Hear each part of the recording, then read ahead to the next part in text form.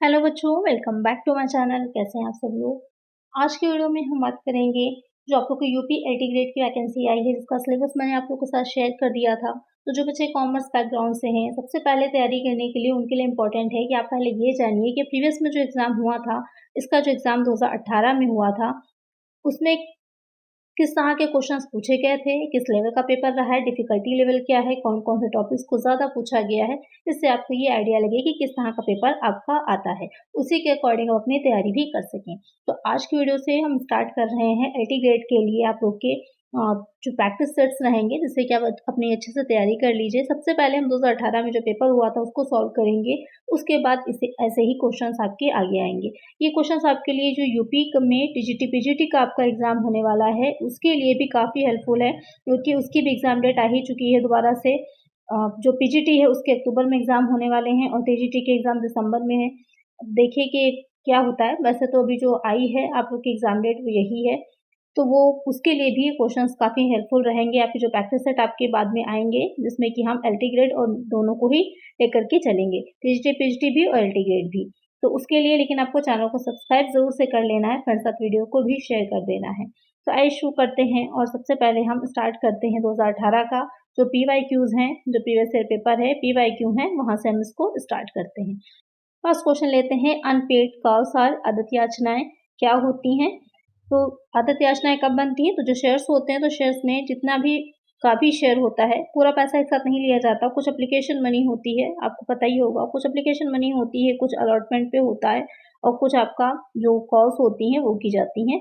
तो जब कॉल्स करी गई है लेकिन जो है माँगी गई है कोई अमाउंट किसी शेयर पर लेकिन नहीं चुकाया गया है, तो वहाँ पर अनपेड कॉल हो जाती है। तो उसको किस तरह से दिखाया जाएगा, उससे रिलेटेड क्वेश्चन है। Added in called up capital मांगी गई पूंजी में जोड़ दिया जाएगा। Deducted from called up capital घटाया जाएगा।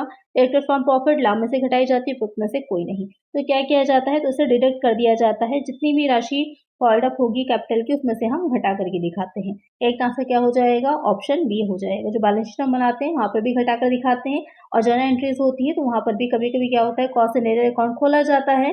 जो कॉस्ट एंड एरर अकाउंट है कभी कभी वो खोला जाता है, कभी कभी नहीं खोला जाता, उसको हम लेस करके डायरेक्टली दिखा देते हैं। तो डिपेंड करता है कि आप किस तरह से करना चाहते हैं। तो एक आंसर क्या हो जाएगा, ऑप्शन बी। लेकिन ओवरऑल मेनली ये होता है कि जब आप बैलेंस शीट तैयार करते हैं तो वहाँ पर हम उसको लेस कर देते हैं। चलिए नेक्स्ट क्वेश्चन है। नेक्स्ट क्वेश्चन है, a department transferred goods to B department at cost plus 25%। Out of it stock of 10,000 remains with B department, therefore the amount of stock reserve will be. A विभाग ने लागत plus 25% पर माल का अंतरण B विभाग को किया है। अब जो है 10,000 का स्टॉक जो है बी विभाग के पास बच गया है। तो आपको बताना है कि स्टॉक संचय की राशि क्या होगी, यानी कि स्टॉक रिजर्व कितना होगा। अब रिमेन कितना रह गया है, 10,000 रह गया है और जो है ट्रांसफर जो किया गया था वो कॉस्ट में 25% ऐड करके किया गया था। तो यहाँ पर स्टॉक रिजर्व निकालने के लिए हम क्या करेंगे, क्योंकि इसमें जो 10,000 है ये 25,000 ऐड है, तो यहाँ पर 100 प्लस 25 करना होगा आपको, इंटू 25% करेंगे। अब इसको सॉल्व कर लीजिए। सॉल्व करने के लिए बहुत ईजी सा है, क्योंकि पेपर जो आपका आया था बहुत ज़्यादा डिफिकल्ट नहीं आया है, काफ़ी ईजी लेवल का पेपर आया है। यहाँ पर इसको सॉल्व करेंगे, 1 टाइम जाएगा, ये 5 टाइम चला जाएगा, ये आपका 2000 रह जाएगा। तो स्टॉक रिजर्व कितने का हो जाएगा, हमारा 2000 का हो जाएगा। करेक्ट आंसर हो जाएगा ऑप्शन बी। एक आंसर हो जाएगा ऑप्शन बी। तो इस तरह के क्वेश्चंस काफ़ी इजी होते हैं, डिफिकल्ट नहीं होते हैं, बस आपको पता होना चाहिए निकालना कैसे है। एक आंसर है ऑप्शन बी। चलिए नेक्स्ट क्वेश्चन है, hire purchase of a machinery is 30,000 and its cash price is 24,000. Payment is to be made in 3 equal installment. State the interest of second installment. यहाँ पे क्या कह रहा है कि एक मशीन का क्रय मूल्य जो था वो 30,000 था और रोकड़ मूल्य 24,000 है। भुगतान 3 समान किस्तों में होना है। आपको ये बताना है कि द्वितीय किस्त यानी कि जो सेकंड इंस्टॉलमेंट है उस पर कितना इंटरेस्ट होगा, आपको ये बताना है। तो यहाँ पर हायर परचेज से रिलेटेड सिस्टम है। अब ये आपका क्वेश्चन है। यहाँ पर क्वेश्चन आपको जो कह रहा है कि 30,000 जो है कैश प्राइस है और 24,000 जो है वो उसका is made to be in 3 equal instalment. यहाँ पर जो आपके क्वेश्चन कह रहा है कि क्रैमला आपने जो परचेज किया वो 30,000 रुपये किया, लेकिन एक्चुअल में कैश प्राइस उसका 24,000 ही है। तो यहाँ पर ये आपको डिफरेंस से समझ में आ जा रहा है कि इंटरेस्ट कितना होना चाहिए यहाँ पर, लेकिन ये इंटरेस्ट आपको ओवरऑल निकल के आ रहा है क्योंकि 3 समान किस्तों में दिया जाएगा। तो तीनों किस्तों का जो इंटरेस्ट निकल के आएगा वो 30,000 में से आप 24,000 को घटा दीजिए यानी कि टोटल इंटरेस्ट हमारे पास जो निकल करके आ रहा है वो कितना आ रहा है 6,000 का। ये हमें टोटल इंटरेस्ट पता चल गया कि टोटल इंटरेस्ट जो है वो 6,000 का आपका बनेगा। अब ये कह रहा है कि 3 समान किस्तों में है। 3 समान किस्तों का मतलब है कि सारी किस्तें इक्वल होंगी, समान होंगी। तो अब आपको जो किस्त की राशि या ब्याज की राशि निकालनी होगी तो बहुत ईजी हो जाता है फिर आपके लिए। तो यहाँ पर 6,000 दे रखा है, इसको ही हम क्या करेंगे 3 समान किस्तों में देना है तो हम इसको डिवाइड कर देंगे 3 से। डिवाइड करिएगा तो कितना निकल करके आ जाएगा 2,000 निकल करके आएगा। लेकिन यहाँ पर कह रहा है कि द्वितीय किस्त का आपको ब्याज बताना है, तो यहाँ पर आपका द्वितीय किस्त का भी जो ब्याज होगा जब इसको डिवाइड करिएगा तो कितना निकल करके आ जाएगा 2,000 निकल करके आ जाएगा। यही हमारा आंसर हो जाएगा। करेक्ट आंसर हो जाएगा हमारा ऑप्शन सी हो जाएगा। यहाँ पर आप देख भी सकते हैं, जिसको और अच्छे से एक्सप्लेन करके समझना है तो आप यहाँ से भी देख सकते हैं। चलिए नेक्स्ट क्वेश्चन लेते हैं। The balance of short working account is shown इन। लघु कार्य खाते की बची हुई राशि दिखाई जाती है। जो शॉर्ट वर्किंग अकाउंट होता है कब बनता है, जो शॉर्ट वर्किंग अकाउंट जो होता है जब आप रॉयल्टी में आपने पढ़ा होगा, जो रॉयल्टी चैप्टर है वहां पर आपने इसके बारे में पढ़ा होगा। जब आप जो भी रॉयल्टी होती है, रॉयल्टी पे की जाती है, जो लैंडलॉर्ड होता है उसको रॉयल्टी की राशि जो होती है और मिनिमम रेंट होता है, ये 2 चीज़ें रहती हैं आपकी कि जब मिनिमम रेंट ज़्यादा हो जाता है और रॉयल्टी कम होती है तो वहाँ पर जो डिफरेंस होता है वो शॉर्ट वर्किंग बन जाती है। अब यहाँ पर क्या कह रहा है कि लघु खाता की राशि जो है, बची हुई राशि जो होती है वो कहाँ पर दिखाते हैं, उसको हम कहाँ पर दिखाएंगे, asset side of balance sheet में, liability side of balance sheet में, debit side of profit and loss account, credit side of profit and loss account. तो यहाँ पर हम उसको कहाँ दिखाते हैं, उसे हम debit side of profit and loss account में दिखाते हैं, क्योंकि ये एक तरह के क्या होता है हानि होती है बाद में। क्योंकि जो राशि होती है पहले तो उसे अपलिखित कर दिया जाना चाहिए, लेकिन अगर अपलिखित नहीं की जाती है तो बची हुई शेष राशि जो होती है उसको हम प्रॉफिट एंड लॉस अकाउंट में ही ट्रांसफर कर देते हैं, अगर रिक्यूब नहीं हो पाई है, अनरिक्यूब्ड है तो। क्योंकि उसकी एक टाइम लिमिट होती है कि इतने सालों तक रिक्यूब कर सकते हैं, या कभी कभी ऐसा होता है कि रिक्यूब नहीं कर सकते, तो डिपेंड करता है कि आपस में किस तरह का कॉन्ट्रैक्ट हुआ है। एक आंसर हो जाएगा ऑप्शन सी। यहाँ पर आप देख सकते हैं, इसको करने की जर्नल एंट्री ये भी पूछी जा सकती है, तो ये भी आपको ध्यान में रखना होगी कि इसको रिटर्न ऑफ कर दिया जाता है समय समय पर, लेकिन जो बची हुई राशि होती है बाद में उसको हम लाभानी खाते में स्थानांतरित करते हैं। उसकी जो जर्नल एंट्री होगी profit and loss account debit to short working account हो जाती है। चलिए नेक्स्ट क्वेश्चन है, in partnership unrecorded liability is shown in balance sheet in. साझेदारी में अलिखित दायित्व को नए आर्थिक चिट्ठे में कहाँ पर हम दिखाएंगे, यानी कि कोई अनरिकॉर्डेड है, उसका रिकॉर्ड अभी तक लायबिलिटी का नहीं रखा गया है, तो पार्टनरशिप में उसे हम कहाँ पर दिखाएंगे, एसेट साइड में, लायबिलिटी में, बोथ साइड में, नन ऑफ द। बहुत सिंपल सा क्वेश्चन है। अनरिकॉर्डेड हो रिकॉर्डेड हो किसी प्रकार की है तो लायबिलिटी तो कहाँ दिखाई जाएगी, सीधी सी बात है लायबिलिटी साइड में ही दिखाएंगे। तो एक आंसर होगा हमारा ऑप्शन बी। चलिए नेक्स्ट क्वेश्चन है, यहाँ पर थोड़ा एक्सप्लेनेशन में और चीजें दे रखी है, उसको देख लीजिए एक बार कि अलिखित दायित्वों के भुगतान को यदि साझेदारी का विघटन हो रहा हो तो वसूली खाते में दिखाया जाता है। यहाँ पर एक चीज ध्यान देने वाली है कि किस तरह से है, क्योंकि यहाँ पर क्वेश्चन मार्क के क्लियर नहीं कहा गया था कि साझेदारी का विघटन हो रहा है या साझेदारी समाप्त हो रही है। तो अगर विघटन साझेदारी का आपको क्वेश्चन में स्पेशली मेंशन है तो इस वजह से क्या होगा कि इसे हम वसूली खाते में जो रियलाइजेशन अकाउंट बनता है वहां पर दिखाते हैं। ये ऐसे दायित्व होते हैं, इस तरह की लायबिलिटी होते हैं जिनका लेखा समापन के समय चिट्ठे में नहीं, परंतु समापन के दौरान किसी पहले मुकदमे के समापन के समय निर्धारित होने के क्रम में वह फर्म का दायित्व बन जाता है, जैसे कि कंटीजेंट लायबिलिटी अथवा वादास्पद भुगतान के दावे। परंतु प्रश्न में कुछ भी ऐसा का नहीं दे रखा है कि साझेदारी जो है वो समाप्त हो रही है, इस वजह से इसको हम सिंपली एक नॉर्मल लायबिलिटी की तरह ट्रीट करते हुए लायबिलिटी साइड में दिखाएंगे। चलिए नेक्स्ट क्वेश्चन है, प्रॉफिट और loss on revaluation will be borne by. पुनः मूल्यांकन पर लाभ या हानि को वहन किया जाता है all the partners, the new partner, the old partners, none of that. कि प्रॉफिट एंड लॉस जो होगा रिवैल्यूएशन जब किया जा रहा होगा, तो जब जैसे कि आपको पता है कोई न्यू पार्टनर एंटर करता है जब, तो वहां पर रिवैल्यूएशन अकाउंट बनाया जाता है, पुनः मूल्यांकन का खाता बनाया जाता है। तो वहां पर जो भी प्रॉफिट या लॉस हो रहा होता है तो जितने भी पुराने साझेदार होते हैं, ओल्ड पार्टनर होते हैं, वो ही उसको वहन करते हैं, चाहे वो प्रॉफिट हो चाहे वो लॉस हो। एक आंसर होगा ऑप्शन सी। जो पार्टनरशिप है वो वाला पॉइंट काफी इंपॉर्टेंट है, उससे बहुत से क्वेश्चंस बनते हैं। तो चाहे वो आपका टीजीटी पीजीटी का पेपर हो या एलटी ग्रेड का हो, या अगर आगे प्रवक्ता की आती है, लेक्चर की आती है, उसमें भी लेक्चर में भी इससे काफी क्वेश्चंस आपके बनेंगे। If closing stock in shown in trial balance then he should be shown in. यदि अंतिम रहते तलपट के अंदर दिखाया गया तो उसे दिखाया जाएगा। ट्रेडिंग अकाउंट में, बैलेंस शीट में, कैश अकाउंट में, प्रॉफिट एंड लॉस अकाउंट में। अगर आपका जो ट्रायल बैलेंस होता है, अगर आपका जो क्लोजिंग स्टॉक होता है वो ट्रायल बैलेंस में दिखाया जाता है तो उसे हम कहाँ दिखाते हैं, उसे हम बैलेंस शीट में दिखाते हैं। करेक्ट आंसर हो जाएगा ऑप्शन बी। तो यहाँ पर क्या होता है कि अगर आपका क्लोजिंग स्टॉक जो है तलपट में दिखाया गया है, मीन्स यही है कि उसको क्या किया गया है, जो आपके अकाउंट्स थे उनके बंद होने से पहले ही उनकी जो बैलेंस है उसको निकालने से पहले ही उसको एडजस्ट किया जा चुका है। अच्छा, एक कंडीशन ये भी बनती है कि अगर ट्रायल बैलेंस के अंदर नहीं दिखाया गया, बाहर नोट्स में दिखाया गया, तब क्या किया जाएगा। तो इसका आंसर आप लोग मुझे कमेंट करिएगा कि अगर नोट्स में दिखाया गया होगा या फिर एडजस्टमेंट में दिखाया जाएगा तो वहाँ पर कौन कौन सी जगह पर हम क्लोजिंग स्टॉक का लेखा करते हैं। इसका आंसर आप लोग मुझे कमेंट सेक्शन में बताइए। चलिए नेक्स्ट क्वेश्चन है,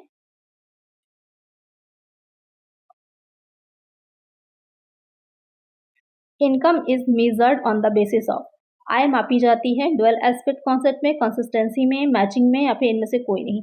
तो जो इनकम होती है, आय होती है, वो किसमें मेजर की जाती है, इनकम को मेजर किया जाता है आपका मैचिंग कॉन्सेप्ट में। क्योंकि यहाँ पर मैचिंग कॉन्सेप्ट में क्या होता है, जो इनकम होती है या फिर जो एक्सपेंसेस आपने किए होते हैं उनको मैच करके प्रॉफिट एंड लॉस अकाउंट तक पहुंचा जाता है।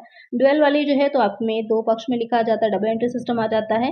एक रूपता यानी कि जिस तरह से, जिस पैटर्न पे, जिस रूल्स को, प्रिंसिपल्स को फॉलो करके आप बना रहे हैं, जिन यूनिट्स का यूज कर रहे हैं उनको ही सेम वैसे ही आप अपने बिजनेस में आगे भी करते रहेंगे, वो आपका कंसिस्टेंसी हो जाती है। चलिए नेक्स्ट क्वेश्चन है, a trader transfer 20% of his profit to general reserve on the basis of which concept he does so. एक व्यापारी अपने लाभ का 20% भाग जो है वो सामान्य संचय में स्थानांतरित कर रहा है, तो ऐसा वह किस अवधारणा के अंतर्गत कर रहा है।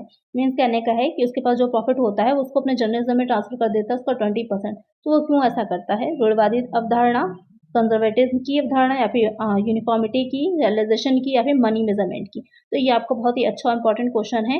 रूढ़िवादिता की अवधारणा जो होती है इसमें क्या माना जाता है कि अभी हमारे पास क्या लाभ हो रहे हैं, इससे बेहतर है कि हम ये देखें फ्यूचर में हमारे पास हमारे क्या कौन कौन से दायित्व, कौन सी लायबिलिटीज बन सकती हैं, क्या लॉसेस हो सकते हैं, उसके लिए हम अभी से ही प्रोविजन करके रखें।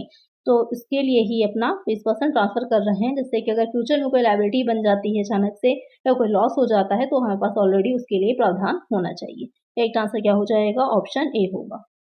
चलिए नेक्स्ट क्वेश्चन है, transaction recorded on the basis of dual aspect concept is called. द्विपक्षीय अवधारणा पर आधारित व्यवहारों का लेखा करने की प्रणाली कहलाती है single entry, double entry system, double account system, none of the above. तो ये वाला तो है ही नहीं, आपको पहले ही पता है क्योंकि ड्वेल की बात की जा रही है। तो यहाँ पर डबल एंट्री, डबल अकाउंट, अब यहाँ पर बच्चे थोड़ा सा कंफ्यूज आप लोग हो सकते हैं। यहाँ पर क्या होता है, डबल एंट्री सिस्टम होता है, ना कि डबल अकाउंट सिस्टम। जल्दबाजी में यहाँ पर आंसर गलत हो सकता है, लेकिन आप देख रहे होंगे पेपर का लेवल बहुत ज़्यादा डिफिकल्ट नहीं है, बहुत ही ईजी लेवल का पेपर है। तो यहाँ पर अगर इसी पैटर्न पे आपका अब का पेपर भी आता है, वैसे थोड़ा से लेवल हाई रहेगा क्योंकि 2018 में अब में काफ़ी चेंजेस हैं, पैटर्न काफ़ी बदले हैं, तो थोड़ा इससे पेपर आपका ज़्यादा डिफिकल्ट होगा। ये पेपर काफ़ी इजी था जो तब आया था। तो डबल एंट्री सिस्टम है, करेक्ट आंसर है ऑप्शन बी। और किसने की थी इसकी स्टार्टिंग जो है, तो लुकास पैसिओली ने की थी। बहुत ही सिंपल सा इटली के वेनिस नगर के रहने वाले थे। 1494 में 1494 में इनकी बुक आई थी, तब यहाँ पर इन्होंने उसी से ही इनका को पिता कहा जाता है, इनको जनक कह सकते हैं आप, फादर ऑफ डुअल जो आपका एफएस सिस्टम कहिए या फिर डबल एंट्री सिस्टम कहिए उसके। और इसकी क्या जो इक्वेशन है वो इस तरह से रहती है कि asset is equal to capital plus liability हो जाती है। चलिए नेक्स्ट क्वेश्चन है, निम्नलिखित में से कौन सा नाम मात्र का खाता है, interest account, accrued interest account, और standing interest account, prepaid interest account. तो कौन सा क्या है, नाम मात्र का खाता है, तो वो हो जाता है आपका इंटरेस्ट अकाउंट। ब्याज खाता जो होता है वो नाम मात्र का खाता होता है। बाकी ये तीनों ही अकाउंट कौन से हैं, ये तीनों ही आपके पर्सनल अकाउंट हैं, व्यक्तिगत खाते हैं। क्यों पर्सनल अकाउंट हो जाएंगे, क्योंकि जिन भी अकाउंट के आगे आपका आउटस्टैंडिंग, प्रीपेड, अक्रूड, एडवांस ये सब लग जाता है वो सब आपके पर्सनल हो जाते हैं। वैसे तो ये तीनों ही अकाउंट क्या है, अगर आप सिर्फ इतना देखिएगा इंटरेस्ट अकाउंट तक तो ये आपके किस तरह के होंगे, नॉमिनल है। लेकिन जब इनके आगे आउटस्टैंडिंग, प्रीपेड या अक्रूड लग जाता है तो ये आपके क्या हो जाते हैं, ये आपके नॉमिनल अकाउंट हो जाते, सॉरी पर्सनल अकाउंट हो जाते हैं। करेक्ट आंसर है ऑप्शन ए। नेक्स्ट क्वेश्चन है, recoupable short working are shown in balance sheet as. पुनः प्राप्ति योग्य लघु कार्य जो है आर्थिक चिट्ठे में कहाँ पर दिखाया जाता है, करंट एसेट, फिक्स्ड में, फिक्स लायबिलिटी या फिर नन ऑफ द अबव। तो यहाँ पर क्वेश्चन क्या कह रहा है, जो रिक्यूब यानी कि पुनः प्राप्ति योग्य लघु कार्य है उसको हम कहाँ पर बैलेंस शीट में दिखाते हैं, तो उसको सिंपल सी बात है, अगर आपको प्राप्त हो जा रही है तो उसे हम करंट एसेट में दिखाएंगे। एक आंसर क्या हो जाएगा हमारा, ऑप्शन ए हो जाएगा। जो अनरिक्यूपेबल थी तो उसको पहले तो रिटर्न ऑफ कर दिया जाता है, जो बच जाती है बाद में से उसे प्रॉफिट एंड लॉस में ट्रांसफर कर देते हैं। इससे रिलेटेड क्वेश्चन इससे पहले भी आपका आया है। चलिए नेक्स्ट क्वेश्चन है, ये आपका न्यूमेरिकल क्वेश्चन हो जाएगा। A Limited forfeited 500 shares of M of 10 each fully called up for non-payment of first call of 2 per share and final call of 2 per share. 300 of these shares are reissued at 9 per share fully paid up. What amount will be transferred to the capital reserve account? यहाँ पर question क्या कह रहा है कि ए limited ने M के प्रति अंश 10 रुपये वाले पूर्ण याचित 500 अंश जो थे प्रथम मांग 2 एवं अंतिम मांग 2 के भुगतान न होने के कारण हरण कर लिए हैं। तो ए लिमिटेड ने एम जो था उसने क्या किया था, 10 उसके पास 10 रुपये वाले 500 अंश थे, लेकिन उन 500 अंशों पर जो फर्स्ट कॉल और सेकंड कॉल हुई थी 2-2 रुपए की, उसने वो पे नहीं किया था, इसलिए उसके जो शेयर्स थे उसका फॉरफीचर हो गया है। तो इन अंशों में से 300 के को प्रति अंश 9 पूर्वदत्त पर पुनः जारी कर दे। उसके बाद उसको 9 पर क्या किया गया, रीइशू भी कर दिया गया। अब आपको बताना है कि पूंजी संचय खाते में कितनी राशि स्थानांतरित की जाएगी, कितनी राशि जो होगी वो ट्रांसफर की जाएगी। काफी इजी सा क्वेश्चन है, डिफिकल्ट नहीं है। आइए देखें इसको कैसे सॉल्व करते हैं। इसे सॉल्व कैसे करना है, तो उसके लिए सबसे पहले आपको जनरल एंट्रीज पता होनी चाहिए। तो यहाँ पर देख लेते हैं कि किस तरह से इसको हमने सॉल्व किया है। जो शेयर कैपिटल है आपका वो डेबिट में जाएगा 5000 से। कैसे, क्योंकि 500 शेयर्स थे यहाँ पर 10 रुपीज़ के थे, तो मल्टीप्लाई कर देंगे 5000 आपका आ जाएगा। शेयर फर्स्ट कॉल और फाइनल कॉल जो है यहाँ पर कॉल से नेटेड में कहाँ से भी आप लिख सकते हैं, इस तरह से भी लिख सकते हैं। तो 2-2 रुपए की थी, आपको ये पता ही है, क्वेश्चन में गिवन है। मल्टीप्लाई कर दीजिएगा 500 से, तो 1000 आ जाएगी। अब रिमेनिंग जो पैसे हैं जो कि 3000 जो है वो रिसीव हो चुके हैं, वो प्रॉफिटेड अकाउंट में आपके ट्रांसफर कर दिए जाएंगे। तो इस तरह हमारा ये फर्स्ट एंट्री जो आपकी हरण की है प्रॉफिचर की, वो कंप्लीट हो जाती है। अब जो सेकंड एंट्री की जाएगी वो हम करेंगे कि जब हम री इशू कर रहे हैं शेयर्स को, तो अब री इशू करने पर बैंक अकाउंट आपका डेबिट हो जाएगा, क्योंकि 9 रुपए से ही किए गए हैं, तो 300 शेयर से किए गए हैं, 9 रुपए से किए गए, तो 2700। और यहाँ पर शेयर कैपिटल में आपका पूरे 3000, क्योंकि 10 रुपए का शेयर था, वो चला जाएगा। तो यहाँ पर share forfeiture account debit side में आपका 300 का आएगा। तो ये हो जाएगी आपकी री इशू की एंट्री। फिर जो थर्ड एंट्री की जाएगी वो कैपिटल रिजर्व अकाउंट में ट्रांसफर करने की। तो यहाँ पे एक चीज़ ध्यान रखने वाली है, जो आपका फॉरफीचर बैलेंस निकल करके आया था वो निकल के आया है हमारा 3000 का, और ये कितने शेयर्स का है, ये 500 शेयर्स का है। लेकिन आपने रेशो सिर्फ 300 शेयर्स ही किए हैं, तो इसके लिए हम क्या करेंगे, सबसे पहले हम इसको इसमें से जो 300 शेयर्स है उसका बैलेंस निकाल लेंगे। तो यहाँ पे इसके लिए हमको उसे डिवाइड करना है। 500 से आप डिवाइड करिएगा तो 6 टाइम जाएगा, 3 से मल्टीप्लाई कर दीजिएगा तो कितना आ जाएगा, 1800। तो यहाँ पर हमारे पास जो क्रेडिट बैलेंस आ जाएगा फॉरफीचर अकाउंट का, वो 1800 आ जाएगा। और यहाँ पर डेबिट बैलेंस कितना है, 300, इसको लेस कर दीजिए। अब कितना शेष हमारे पास बचा, बैलेंस बचा हमारे पास 1500। यही 1500 जो होगा वो ट्रांसफर हो जाएगा कैपिटल रिजर्व अकाउंट में। और यहाँ पर जो एक्स्ट्रा अमाउंट आपका बचा है कि 1800, 1200 जो बच रहा है फॉरफीचर अकाउंट में, इसको हम कहाँ दिखाते हैं, इसको हम दिखाएंगे बैलेंस शीट में, लायबिलिटी साइड में। तो अब आपको क्लियर हो गया होगा कि किस तरह से फॉरफीचर की एंट्री की जाती है, रेशू की प्लस कैपिटल रिजर्व की। अगर हमने पूरा ही ट्रांसफर कर दिया होता, पूरे इशू कर दिए होते, तो यहाँ पर हम ये वाला ना करके डायरेक्ट जो है लेस कर देते, डेबिट साइड में से क्रेडिट साइड में से डेबिट साइड, और यहाँ पूरा अमाउंट ही कैपिटल रिजर्व में ट्रांसफर हो जाता। तो इस तरह से ये एंट्री की जाएगी। तो यहाँ पर करेक्ट आंसर क्या हो जाएगा, ऑप्शन सी हो जाएगा। इसमें जो राशि कैपिटल रिजर्व में ट्रांसफर होगी कितनी हो जाएगी, 1500, यानी कि 1500 हो जाएगी। करेक्ट आंसर क्या हो जाएगा, ऑप्शन सी हो जाएगा। तो इस तरह के क्वेश्चंस काफ़ी इजी होते हैं। और जो शेष राशि यहाँ पर बच रही है 200 जो आपके अंश हैं जो रेशो नहीं किए गए, वो फॉरफीचर अकाउंट में ही रहेगी, उसे हम बैलेंस शीट में दिखाते हैं। करेक्ट आंसर हो जाएगा यहाँ पर ऑप्शन सी। चलिए नेक्स्ट क्वेश्चन है, ये जो क्वेश्चन है आपको दो लिस्ट दे रखी है, लिस्ट 1 और लिस्ट 2। आपको मैच करना है किससे रिलेटेड है, यहाँ पर प्रीपेड रेंट से या फिर करंट लायबिलिटी इससे रिलेटेड है। तो इसमें मैचिंग में देख लीजिए कि क्या है। एक साइड आपके प्रीपेड रेंट है, बैक ओवरड्राफ्ट है, गुडविल है, प्रॉफिट एंड लॉस अकाउंट। आपको यहाँ पर बताना है कि किस तरह की एसेट है। तो प्रीपेड रेंट क्या है, पूर्वदत्त जो किराया होता है, यहाँ पर ये किराया हो जाएगा। जो पूर्वदत्त किराया होता है, प्रीपेड रेंट है, वो क्या होता है, ये आपकी करंट एसेट हो जाती है। तो ये आपके सेकंड नंबर से मैच कर जाएगा। फिर बैंक ऑर्डर और बैंक अधिविकर्ष क्या है, ये आपकी करंट लायबिलिटी होती है। गुडविल क्या है? गुडविल आपकी क्या है? एक इंटेंगिबल एसेट होती है, ये आपकी अमूर्त संपत्ति है, ये आ जाएगा यहाँ पर। और प्रॉफिट एंड लॉस अकाउंट क्या है? फिक्टिशियस है, बनावटी संपत्ति होती है, तो ये आपका थर्ड से मैच हो जाएगा। तो बहुत ही सिंपल सा है। ए जो है वो सेकंड से, बी फर्स्ट से होगा, सी आपका फोर्थ से हो जाएगा और डी थर्ड से हो जाएगा। अब नीचे देख लेते हैं कि ये किसमें हमारा करेक्ट आ रहा है। तो यहाँ पर जो ऑप्शन बी दे रखा है वो वाला हमारा करेक्ट होगा। ए हमारा सेकंड से हो रहा था, बी फर्स्ट से हो रहा था, सी जो है फोर्थ से हो रहा था और डी थर्ड से हो रहा था। करेक्ट आंसर हो जाएगा हमारा ऑप्शन बी। चलिए नेक्स्ट क्वेश्चन है, ये भी आपका एक न्यूमेरिकल क्वेश्चन हो जाएगा। Manager's commission is given at the rate of 10% on the profits after giving commission to him. If the profit before giving commission is 1,54,000 then payable commission will be. यहाँ पर क्या कह रहा है, ये क्वेश्चन बहुत पूछा जाता है एग्जाम में कि मैनेजर को कमीशन, उसको कमीशन देने के पश्चात के लाभों पर 10% की दर से दिया जाता है। यदि कमीशन देने से पूर्व लाभ जो है वो 1,54,000 है तो दे कमीशन क्या होगा?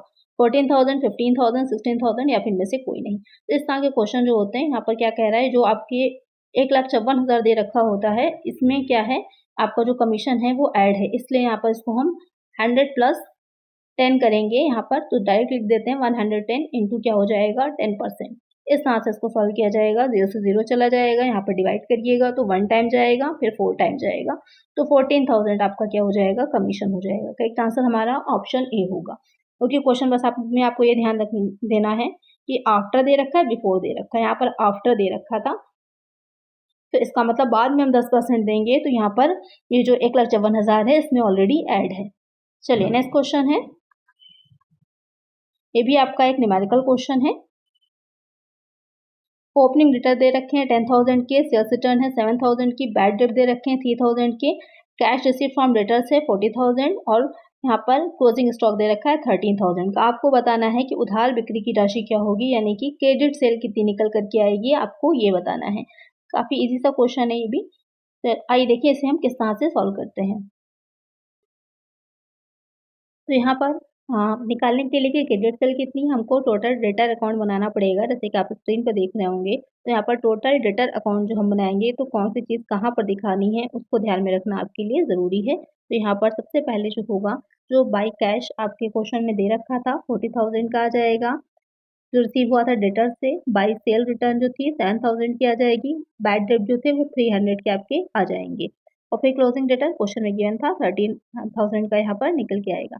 बैलेंस जो आपका ओपनिंग डेटर का 10,000 का है वो उसको हम लिख लेंगे डेबिट साइड में। उसके बाद जो आपकी डिफरेंस है, एक साइड का आपका आएगा 63,000 का, दूसरी साइड आपका ओपनिंग डेटर आ रहा है 10,000 की, यानी कि सारी चीज़ों को आपने ऐड किया है, सिर्फ यहाँ पर से उसमें से ओपनिंग डेटर को आपने लेस कर दिया है, तो हमारी क्रेडिट सेल कितनी निकल करके आ जाएगी, 53,000 निकल करके आ जाएगी। तो आपको पता होना चाहिए कि अकाउंट कैसे बनता है, या कोई भी अगर आप पता है कि कौन-कौन सी चीज़ों को ऐड करना है, तो भी आप इसे ईज़िली निकाल सकते हैं बिना अकाउंट बनाए। लेकिन अगर अकाउंट बना लीजिएगा तो काफ़ी ईज़ी हो जाएगा। तो यहाँ पर जो हमने अकाउंट बनाया उस अकाउंट से इज़िली हम निकाल सकते हैं कि क्या होगी हमारी, तो यहाँ पर ऑप्शन बी हो जाएगा, जो क्रेडिट से निकल करके आएगी वो हमारी 53,000 हो जाएगी। करेक्ट आंसर क्या हो जाएगा हमारा, ऑप्शन बी होगा। आपको ये बस पता होना चाहिए कि कैसे इसको हम निकालते हैं, अकाउंट किस तरह से बनाया जाता है। अगर आपको बेसिक चीज़ें अकाउंट बनाना आता है तो आपके लिए बहुत ईजी। तो पेपर में जो आपके थ्योरी क्वेश्चन थे काफ़ी ईजी लेवल के थे, न्यूमेरिकल काफ़ी पूछे गए हैं, तो न्यूमेरिकल पोर्शन अच्छे से तैयार करिएगा। अगर प्रैक्टिस सेट मेरे जो मैं करवाऊंगी आप लोग वो सॉल्व करते रहें, तो आपको काफ़ी न्यूमेरिकल क्वेश्चंस क्लियर हो जाएंगे, क्योंकि ये सारे क्वेश्चंस मैं ऑलरेडी आप लोग को कराऊंगी। क्वेश्चन नंबर 17 में क्या है कि A and B are partners of 5:3 ratio, C joins and the new ratio agreed 4:2 हो जाएगा यहाँ पर। Find out the sacrificing ratio of A and B. यहाँ पर आपको त्याग अनुपात निकालना है। ये बताया कि ए और बी जो थे पहले से पार्टनर थे, कितने के थे, 5:3 के थे, अनुपात में शेयर करते थे। अब सी नया आ गया, तो अब नया जो हो गया 4:2:2 हो गया। अब आपको बताना है ए और बी ने कितना सैक्रिफाइस किया। बहुत ईजी सा बेसिक सा क्वेश्चन है, इसे कैसे निकालेंगे आइए देखते हैं। यहाँ पर निकालने के लिए कि क्या होगा सैक्रिफाइसिंग रेशियो, सबसे पहले ए और बी का जो हमारे पास दे रखा है ऑलरेडी गिवन है 5:3, और नया जब उसमें सी शामिल हो गया तो अब नया जो निकल के आया 4:2:2 हो गया है। तो अब यहाँ पर हम इसको कैसे सॉल्व करेंगे, तो जो आपका निकालने का फॉर्मूला होता है सैक्रिफाइसिंग रेशियो को, तो ओल्ड रेशियो जो होता है, जो हमारा पुराना अनुपात होता है उसमें से हम न्यू वाले को लेस कर देते हैं। ये हमारा हो जाता है फॉर्मूला सैक्रिफाइसिंग रेशियो निकालने का। फोल्ड वाला कितना था इनका 5/8 हो जाएगा, क्योंकि 5/3 था तो दोनों को ऐड करके यहाँ पर 8 बन जाएगा। और जो नया वाला है 4/8 हो जाएगा, यहाँ पर से लेस कर दीजिएगा, कितना आ जाएगा 1/8। इसी तरह से हम बी का भी निकाल लेंगे लेस करके, कितना आ जाएगा 1/8 दोनों में, क्योंकि आपका यहाँ पर जो नीचे का है पोर्शन वो इक्वली है, तो हमको उसमें कुछ और कुछ करना नहीं है। तो क्या करेक्ट आंसर हमारा 1:1 आ जाएगा, कि कितना उनका सैक्रिफाइसिंग रेशियो है 1:1 हो जाएगा। इस तरह से इस क्वेश्चन को सॉल्व करें, क्योंकि ऑलरेडी दोनों ही रेशियो दे रखे हैं, इसलिए कोई कंफ्यूजन नहीं है। अगर दोनों रेशियो नहीं दे रखे होते और उसमें कुछ और चीज़ भी ऐड करी होती, तो वहाँ पर निकालने में थोड़ा-सा हमको डिफ़िकल्ट होता। क्योंकि दोनों रेशियोज़ आपके पास अवेलेबल है, इसलिए ईज़िली आप इसको निकाल सकते हैं। तो यहाँ पर करेक्ट आंसर क्या हो जाएगा, ऑप्शन सी हो जाएगा। सैक्रिफाइसिंग रेशियो कितना आ जाएगा 1:1 का आ जाएगा। चलिए नेक्स्ट क्वेश्चन है, as per the rule of Garner versus Murray, any loss that arises due to being insolvent of any partner should be divided among other partners in the year. Garner बनाम मरे के नियम के अनुसार किसी साझेदार का अगर दिवालिया हो जाता है तो उसके कारण हुई हानि को अन्य साझेदारों के अनुपात में बांटेंगे। बहुत ही बेसिक सा क्वेश्चन है, बहुत पूछा जाता है। यहाँ पर profit and loss sharing ratio में, कैपिटल में, एवरेज ऑफ बोथ रेशियोज में, या फिर नन ऑफ द अबव। तो किस रेशियो में बांटते हैं उसे हम, ये इस अगर नियम के अकॉर्डिंग पूछेगा, ये गार्नर बनाम मरे के नियम के अकॉर्डिंग, तो वहाँ पर अगर कोई एक साझेदार या एक पार्टनर इंसॉल्वेंट हो जाता है तो उससे अगर जो हानि है वो क्योंकि नहीं भर पा रहा है, तो बाकी के साझेदार जो होते हैं वो कैपिटल रेशियो में करते हैं। करेक्ट आंसर क्या हो जाएगा, ऑप्शन बी हो जाएगा। और यहाँ पर 2 साझेदार नहीं थे, 3 थे। जो तीसरा साझेदार था उसका क्या नाम था, कभी कभी ये भी क्वेश्चन पूछ लेते हैं। जो थर्ड पार्टनर है उस थर्ड पार्टनर का क्या नाम है, तो इसका नाम आप लोग मुझे कमेंट करिएगा। ये थर्ड पार्टनर का क्या नेम था, ये भी क्वेश्चन जो है टीजीटी पीजीटी के किसी एग्जाम में पूछा गया क्वेश्चन है। चलिए नेक्स्ट क्वेश्चन लेते हैं। Loan on mortgage is shown है, बंधक का रेट जो होता है दिखाया जाता है, यानी कि कोई ऐसी लोन लिया गया है जिसके लिए कोई भी एसेट जो है वो मोर्टगेज पे रखी हुई है, तो वहाँ पर उसे हम कहाँ पर दिखाएंगे, लायबिलिटी साइड में बैलेंस शीट में, एसेट साइड में, debit side of profit and loss, credit side of profit.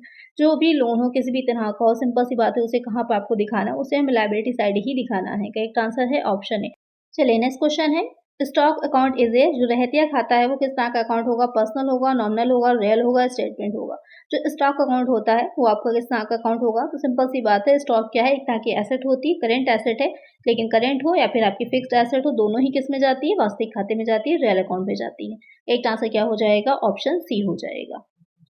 इसके अलावा और भी बहुत तरह की एसेट आपकी होती हैं, इसमें से टैंगिबल और इनटैंगिबल होंगी। टैंगिबल में जो आपको का रहतिया है, फर्नीचर है, बिल्डिंग है, ये सब आ जाती हैं। और जो आपको की इनटैंगिबल हो जाती हैं उसमें कौन सी आ जाएंगी, ट्रेडमार्क है, पेटेंट है, गुडविल है, ये सब आ जाती हैं। चलिए नेक्स्ट क्वेश्चन है, डिप्रिसिएशन इज कॉज्ड बाई, निराश का कारण होता है price fluctuation, accident, use of asset, इनमें से कोई नहीं। तो जो डिप्रिसिएशन क्या होता है कि जैसे जैसे टाइम गुजरता जाता है, जो भी आपने कोई भी एसेट खरीदी होगी, कोई भी संपत्ति खरीदी है, कोई गुड्स खरीदे, तो एसेट मेनली ये होता है, एसेट की बात की जा रही है यहाँ पर, कि उसके वैल्यू में, उसके जो मूल्य है उसमें कमी आती चली जाती है, वही क्या कहलाता है, डिप्रिसिएशन कहलाता है। अब वो किस रीज़न से होता है, तो उसका रीज़न जो होता है यूज़ ऑफ एसेट, जैसे जैसे संपत्ति का प्रयोग करते जाते हैं वैसे वैसे संपत्ति में घिसावट आती जाती है। तो करेक्ट आंसर है ऑप्शन सी। और भी इसके रीजंस होते हैं तो वो देख लीजिए, क्योंकि ये हो सकता है आप इसमें से कोई रीज़न आपसे पूछ लें। घिसावट एम्स है कि जो उसकी मशीनरी होती है धीरे-धीरे यूज़ के साथ-साथ उसमें घिसावट आती जाती है।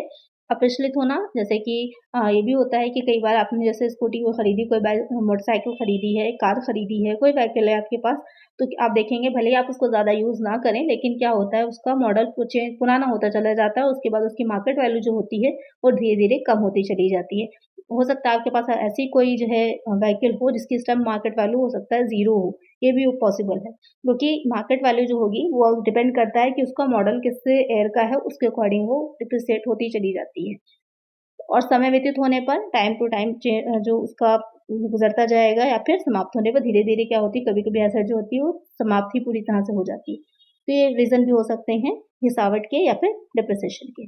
चलिए नेक्स्ट क्वेश्चन है, गुडविल इज़ ए, या फिर एन क्या है, ख्याति जो है, करंट है, एसेट है, फिक्स्ड है, या फिर लिक्विड एसेट है, फिक्स्ड है, फिर टैंगिबल है। तो आप सभी को पता है गुडविल क्या है, गुडविल एक इंटैंगिबल एसेट है, मोटे से आप देख तो नहीं सकते लेकिन इसकी वैल्यूएशन होती है और हम निकालते भी हैं। 4 मेथड होते हैं इसको निकालने के, सुपर प्रॉफिट मेथड हो जाता है, इसकी वैल्यूएशन जो निकाली जाती है सुपर प्रॉफिट मेथड होता है आपका निकालने का, या फिर एवरेज प्रॉफिट मेथड होता है, उससे निकाला जा सकता है। एन्युटी मेथड होता है, उससे निकाली जाती है जो गुडविल होगी, और फोर्थ हो जाता है कैपिटलाइज मेथड। ये 4 मेथड होते हैं गुडविल को निकालने के।